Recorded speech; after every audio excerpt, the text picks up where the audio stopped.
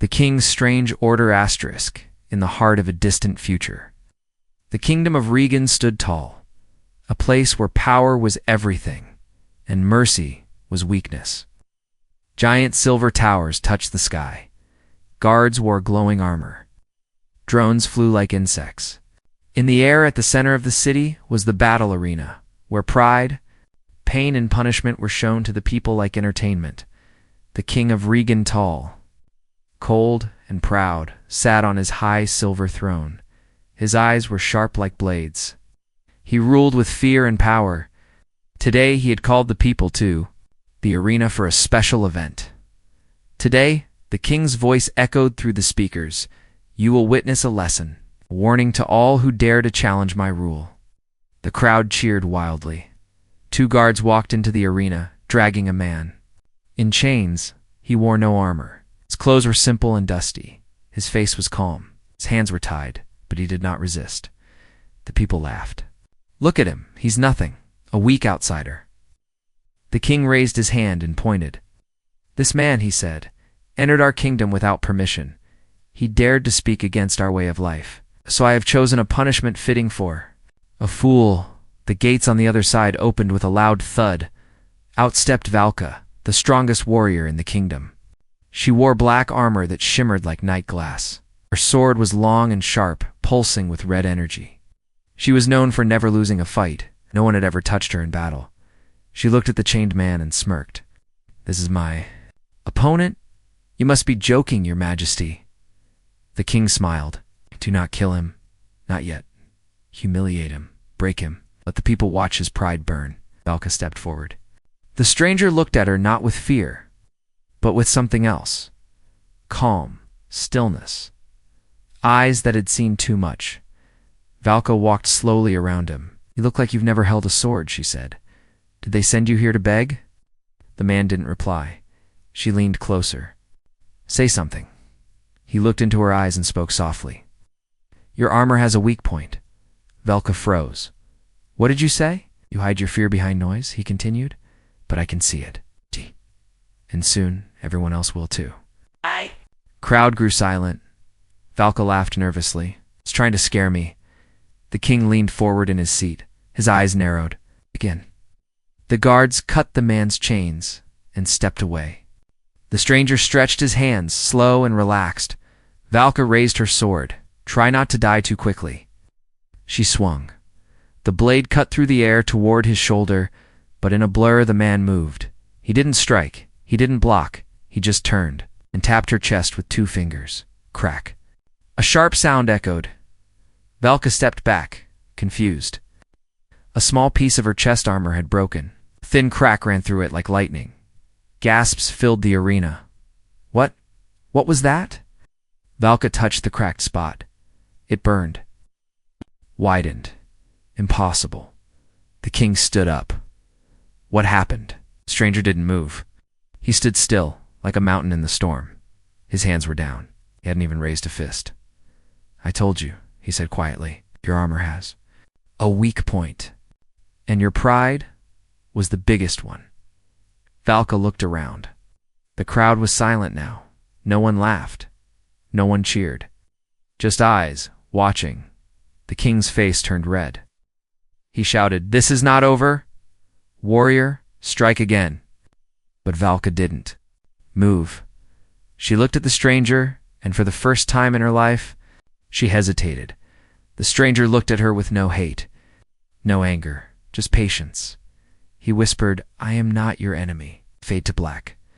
Asterisk silence, the kind of silence that feels heavy, like the air itself was holding its breath. Valka stood still. In the center of the arena, staring at the crack on her armor, her heart was pounding. From battle, but from something she had never felt before. Doubt across from her, the stranger stood calmly. He had not run, he had not attacked, he'd only touched her armor. One simple move and everything changed. The crowd, once loud and laughing, was now frozen. Some whispered, others stared. But no one knew what to say. The king's voice shattered. The silence. Attack again, warrior. Finish this. But Valka didn't move.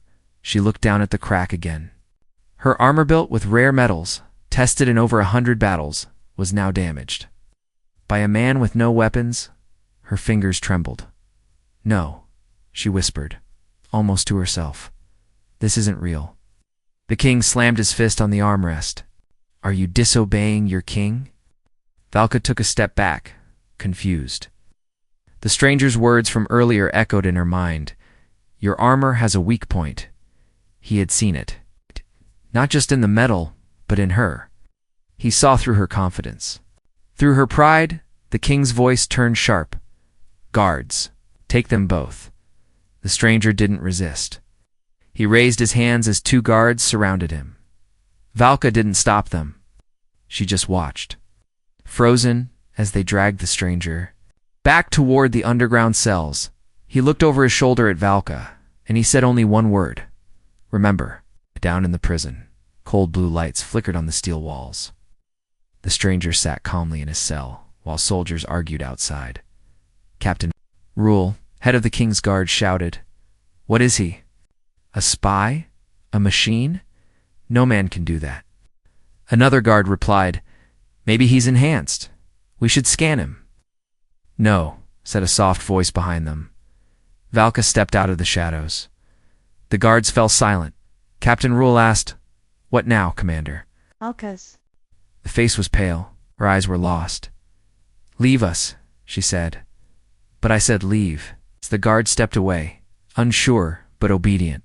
Now, only Valka and the stranger remained. A metal door separated them. She stared at him through the glass window. "You embarrassed me," she said quietly. "In front of the king, in front of the people." The stranger tilted his head. "Is that what you care about? Embarrassment?" Valka's jaw tightened. "You don't understand. In this kingdom, pride is everything. I've trained my whole life to become what I am." "You trained to become a weapon," he replied.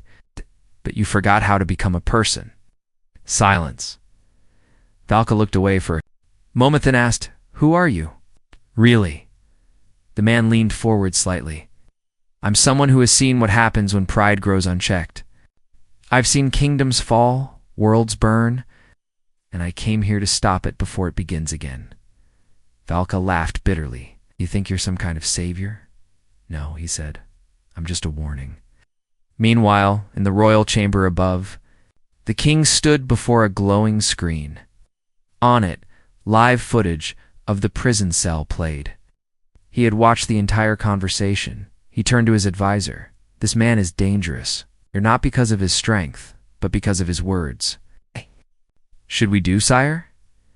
The king's eyes burned with fury. "We silence him, tonight quietly." Back in the prison, Valka sat outside the stranger's cell, thinking deeply. She remembered the moment her sword melted. The way he had moved, calm, efficient, with no waste of energy. That was not training. That was something else. She turned. "To him again? You said kingdoms fall? Ours too?" "Yes," the man replied. "Your king's pride will lead you to destruction. But I can show you another path." Valka leaned closer. "What do you want in return?" He smiled faintly. "Just one thing. Listen." As night fell, 2 guards moved through the lower halls, quiet, armored, armed with silent weapons. They had no orders to speak, only to end the threat. One raised his blaster at the cell. Click. Nothing happened. The weapon was dead. Powerless, the other guard tried his scanner. It sparked and died. A strange humming filled the hall. Suddenly, lights flickered, and the entire prison level went black. Emergency red lights blinked on. Inside his cell, the stranger stood. The door slowly slid open by itself. He stepped out, calm as ever. The 2 guards backed away, terrified. He didn't hurt them. He only said, "The king is afraid. That's why he sent you." He turned to Valka. "Now you must decide. Will you follow fear, or will you follow truth?" Valka stared at him. For the first time in her life, she had no answer. Dark clouds moved slowly over the city of Regan. Storm was coming, not of rain, but of truth, deep beneath the shining towers. Inside the steel prison walls, the stranger sat quietly in the shadows. No chains, no fear, just silence. Valka watched him from the other side of the room. She had not slept. Her mind was filled with questions and one growing feeling. This man is not ordinary. She stepped closer. Last night, she said, the guards tried to kill you. You didn't fight. You just made everything stop. The stranger looked up slowly. I didn't make it stop. Your system is broken. I only showed you the cracks. Valka narrowed her eyes. You talk in puzzles? He gave a soft smile, 'cause simple words can't explain what I've seen. There was a pause. Then Valka asked the question that had been burning inside her since the duel. Who are you? The stranger stood up. He walked to the wall and placed a small silver cube on the metal surface. The cube glowed softly. Valka stepped back. Her hand went to her sword. Relax, he said. This is not a weapon. It's a memory. The cube projected a small image into the air. It showed a world burning. Skyships fell like rain. Cities collapsed into dust. Screams echoed faintly. Valka stared at the scene. Where is this? The stranger replied, it was a planet called Rinner. Beautiful, powerful, proud, just like yours. Until pride turned to war. She watched silently as a group of warriors appeared on the screen. One of them looked familiar. Her eyes widened. That's you. Yes, he said. I was once their protector. A warrior like you, strong, respected. I thought I was untouchable. Looked at him confused. So what happened? His voice turned quiet. I followed orders without question, thought obedience was strength. But one day I realized I was fighting for a king who didn't care about his people, only his throne. Valka felt a chill run down her spine. The image faded. She whispered, So you turned against your king? No, he replied. I walked away. I chose truth over blind loyalty. But by then, it was too late. Above the prison, in the king's private chamber, the mood was tense. The king stood in front of a large screen, watching everything through secret cameras. He heard every word. He clenched his fists, this outsider. He's poisoning her mind. Advisor beside him asked, Should we stop them, sire? The king stared at Valka's face on the screen. She didn't look like a soldier anymore. She looked curious human. He turned away. No, let her listen. Let her see what he really is. Then we'll remind her where her loyalty belongs. Back in the prison, Valka paced slowly. You're saying our kingdom will fall like yours did? Yes. He said, if your people keep believing that pride is power and fear is control, then yes, the fall is coming. Valka was silent. Then she asked, Why come here? Why help us? Why not let us burn? The stranger walked toward her, his voice calm. Because someone once tried to save my world. I didn't listen. This time, maybe someone will. Valka looked away, her hands clenched. I trained to fight, not to think about kings and politics. He nodded. But a true warrior protects people, not thrones. Just then, a quiet knock came from the hallway. A young servant, no older than 16, peeked in. His name was Joran, Valka's personal assistant. He looked nervous, but curious. I heard the outsider has a device, he said. Talking cube? Valka frowned. This isn't a show, but the stranger gestured kindly. Let him in. Joran stepped closer, eyes wide with wonder. Did you really break her armor? I squeaked. The stranger smiled. No. Her armor was already broken. I just helped her see it. Joran laughed, confused but amazed. Then the stranger took out a second cube, smaller than the first. He handed it to the boy. This is for you, he said. Valka stepped forward. What is that? The stranger replied. It's a map.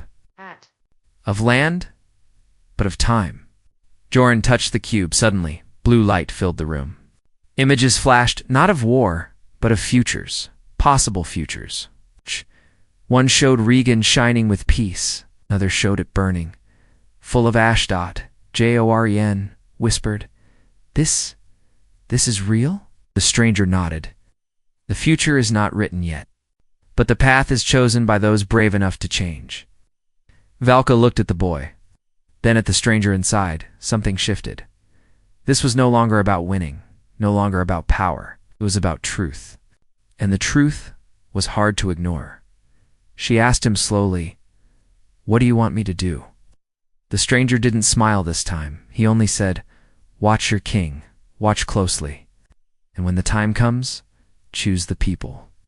The cube pulsed in. Young Joran's hand, glowing like a heartbeat. Blue light danced on the steel walls of the prison, casting strange shadows on Valka's face. She had seen many weapons in her life, swords that screamed, bombs that thought, even guns that could talk. But she had never seen anything like this. A map of futures, not of where to go, but of what could happen. Joran stared into the light, eyes wide. The cube showed a vision flickering like a dream. In one path, the kingdom of Regan was peaceful. People smiled. The towers shined brighter than ever before. Children played in clean streets. Even the king stood among them, not feared, but respected. In another path, fire covered the city. The arena was filled with smoke and screaming. Skies were black. The king's throne was empty. Velka was on her knees, crying beside. A broken helmet, her own? The boy gasped. "Is this real?" he whispered. The stranger nodded. "Both are possible. Depends on what your people choose, and when." Valka looked at the cube. Her hands were shaking, not from fear, but from the truth rising inside her like fire. "I've been fighting to protect a kingdom," she thought. "But what if I've only been protecting its lies?" Meanwhile, above the prison, the king watched the scene on his secret screen. His fingers tapped slowly on the armrest. His eyes, cold and narrow, burned with silent rage. "She's slipping," he muttered. "The outsider is twisting her." The royal advisor stood close. "Shall we take the boy, or destroy the cube?" The king turned sharply. "No. If we attack now, we prove the stranger right. No, we'll feed her doubts until she drowns in." Then he stepped to the window. "Let her see the future, then I'll decide which one she gets." Back in the cell, the cube dimmed and went silent in Joran's hands. The boy looked up. "Why did you give this to me?" The stranger smiled gently. "Because sometimes the smallest voice sees the clearest." Valka paced slowly. Her heart was loud in her chest. "I've always followed orders," she said, believed the king, was our only shield. That strength came from silence and loyalty. She looked at the stranger. "But you say strength comes from truth?" The stranger nodded once. "Truth is heavier to carry, but it leads to freedom." Valka turned toward the door. "I need time." The stranger didn't stop her. He only said, "You won't have much." That night, rain finally fell on Regan. It poured over the silver towers, washing dust and blood from the streets. Thunder growled softly in the distance. Valka stood on the rooftop of the training arena, letting the rain fall over her face and armor. She remembered her training as a child, the pain, the rules, the endless tests. They had told her, "Pride is your weapon. Loyalty is your armor." But now her pride was broken, and her armor, cracked by a man who didn't even raise a weapon. She closed her eyes. Suddenly, a voice spoke behind her. "You shouldn't be up here alone." It was Captain Rule, head of the King's Guard. Valka didn't turn. "Are you here to watch me, or to warn me?" Rule walked beside her. "Both." He glanced at her face. "You look unsure?" She said nothing. He continued, "The king is worried. You're not acting like yourself." Valka looked at him now, eyes sharp. "Maybe I'm finally becoming myself." Rule's face hardened. "Careful. The king doesn't forgive doubt," Valka replied coldly. "Then he'll fear the future." She walked away, leaving him standing in the rain later that night. In her private chamber, Valka sat in silence. The cube was on the table. It was off now, just a quiet silver box, but it felt alive. She stared at it. "Show me again," she whispered. The cube glowed once more, but this time it showed something new. The king, alone, in a dark chamber, talking to a hidden figure. The voice was faint, but clear. "Activate the sleeper." Let her destroy him, then silence them both. Valka's blood turned cold. Let who destroy him? She whispered. The cube responded, showing a shadowy figure standing in a chamber of machines, a woman strong, taller than Valka, with red circuits running through her veins. A name flashed on the screen. Project Vanta suddenly. Someone knocked on her door. She quickly shut off the cube. Enter. It was Jayor. He looked scared. Commander. Something's wrong. I saw soldiers near the lower labs, carrying weapons, quiet ones. Valka stood. The king is moving. He's planning something. She grabbed the cube and looked at the boy. Listen to me carefully. Something happens to me, take this cube. And run. Hide it. Show it to the people if I don't return. Joran swallowed nervously but nodded. I will. Valka looked out the window, toward the heart of the city. The future is already coming, she whispered. I just don't know which one it'll be. The secret chamber was hidden beneath the king's palace so deep that even most guards didn't know it existed. Inside, the air smelled of burnt metal and old lies. Long pipes hissed quietly. Lights blinked like breathing eyes. And in the center, a figure slept inside a glass pod. She was tall, strong. Her body was human but enhanced, skin like steel, eyes closed. Veins glowing red under the surface. A single name was printed on the pod. Project Van King stood before. Her hands behind his back. His royal robe dragged across the cold floor. Beside him stood his advisor, holding a small black device. The king spoke without emotion. She was built for one purpose, to win wars before they start. The advisor nodded. She has never been tested. The king replied, she doesn't need tests. She needs a target. He turned. Activate her. Back at the prison, the stranger felt something, a change in the air, like pressure rising before a storm. He stood up from the floor of his cell. Valka wasn't back yet. He closed his eyes. It's begun, he whispered. In Valka's chamber, Joran paced nervously. He held the cube tight in both hands. The lights flickered above him. Suddenly a boom. The room shook. Another explosion followed. Closer this time, he rushed to the window. A tower in the distance had caught fire. Soldiers were moving fast in the streets. Drones circled above like hawks. What's happening? Joran whispered. He grabbed his small bag, dropped the cube inside, and ran out the door, in the palace training yard. Valka sprinted across the tiles, dodging fallen beams and burning debris. Her comlink buzzed. This is Captain Rule, Commander. There's something in the sky. We've never seen anything like it. Valka looked up. A black shape hovered above the city. It had no wings, no engines. It floated silently. Its body pulsed with red energy, and from its center, someone dropped, not with fear. Not falling, descending, controlled. She landed like thunder. Dust rose around her. Then she stepped out of the smoke. Tall, silent, eyes glowing. Vinde stepped forward, sword in hand. Who are you? Vanta didn't answer. Her head tilted slightly, like a machine scanning a problem. A voice echoed through a speaker inside her chest. But it wasn't her voice. It was the king's Valka. Your time has passed. Step aside. Or be erased. Valka narrowed her eyes. So this is your secret? A puppet in armor? Vanta raised her hand. The ground cracked. A red shockwave blasted toward Valka. She rolled away just in time, pieces of stone exploding behind her. This was no normal opponent in the prison. The stranger stood still, sensing the energy above. One guard rushed to the door. You knew this was coming. What is that thing? The stranger simply said, the king's final mistake. The lights went out. The cell door opened not by command, but by force. The stranger stepped out. He looked up through the ceiling, as if he could see the sky. She's awake, he said. And if she doesn't remember who she was, she'll destroy everything. Valka fought hard. Her blade clashed against Vanta's arms, but they sparked with each hit, no damage. Vanta moved with deadly grace, like a dancer programmed to kill. Valka ducked a spinning kick, rolled and slashed, but her blade snapped in half. She's too strong. Breathing hard, Valka backed away. "You're not just a machine," she said. "You used to be someone. I can see it in your eyes." Vanta paused, just for a second. Something flickered inside her gaze. A name. A memory. Then it was gone. She charged again.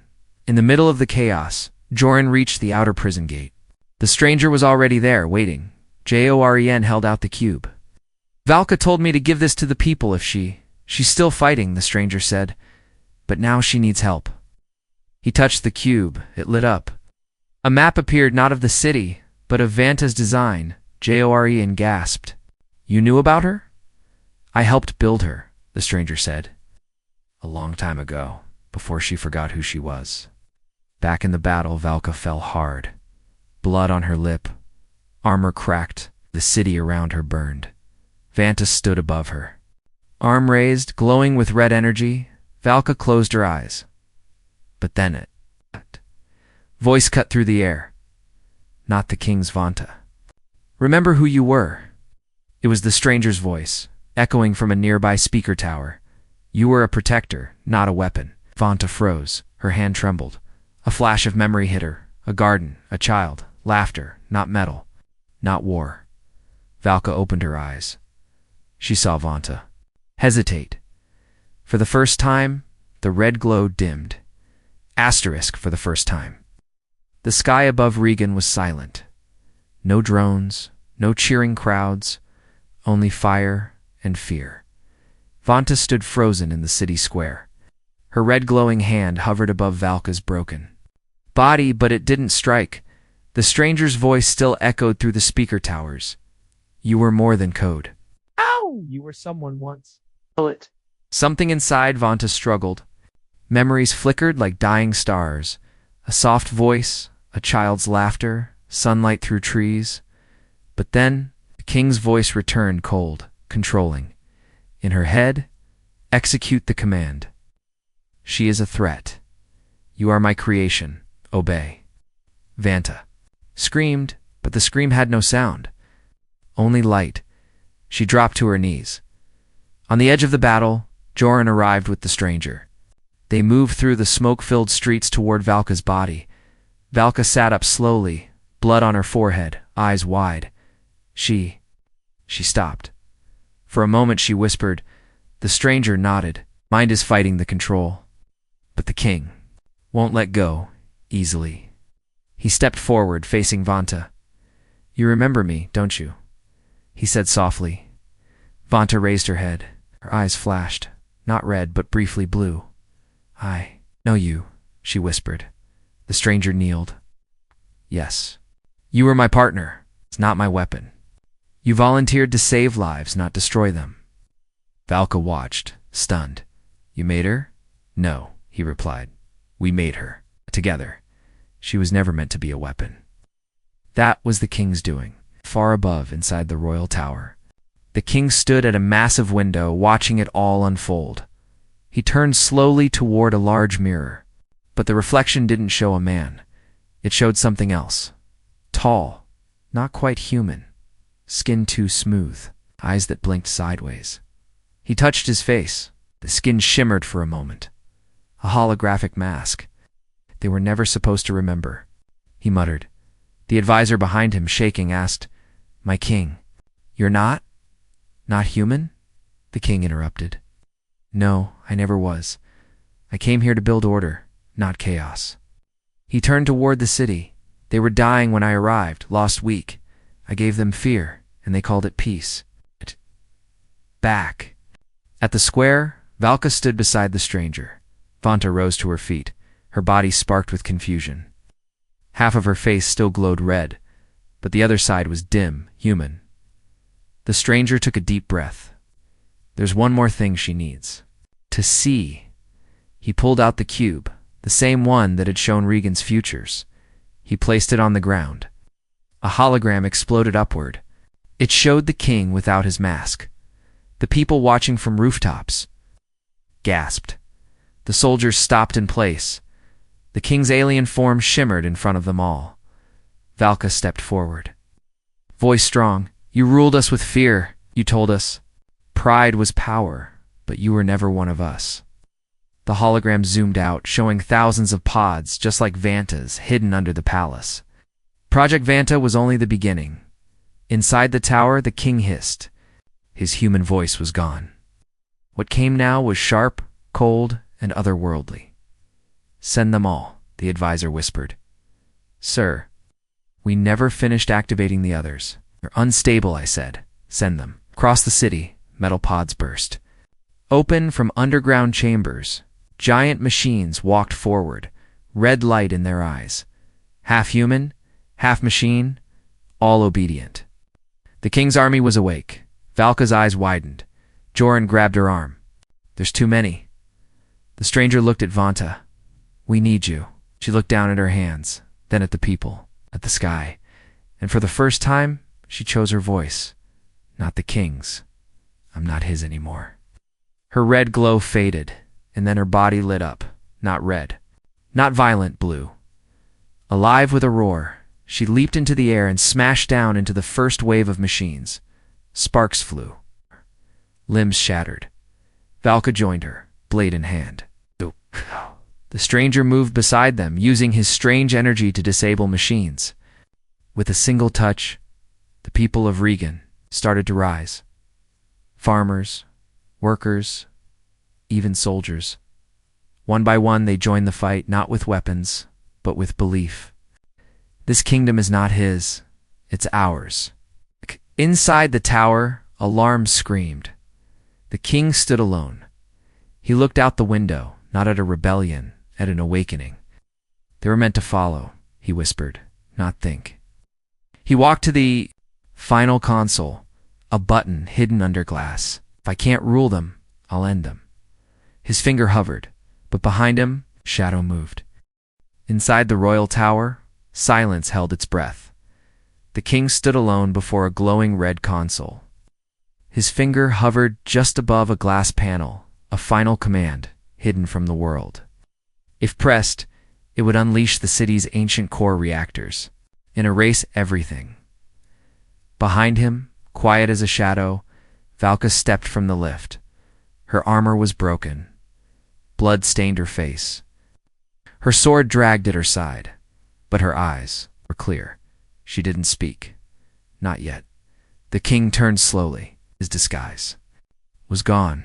The creature beneath the mask stood tall and sharp, his body flickering like a broken hologram. You've come to kneel? He said, voice distorted. Valka didn't flinch. No, I've come to end this. Far below, the people of Regan fought in the streets, but it wasn't war anymore. It was survival. The machines the king had awakened tore through buildings, unthinking and unstable. Some exploded. Others froze, lost without commands. And in the center of it all, Vanta shined bright with blue light, moving like lightning between the chaos. Her mind now, her own, her body a shield for the people she once didn't know. Beside her, the stranger guided civilians to safety. He had no armor, no weapons, only knowledge. But that was enough. And above them, the city's tallest tower, flashed red dot in the tower.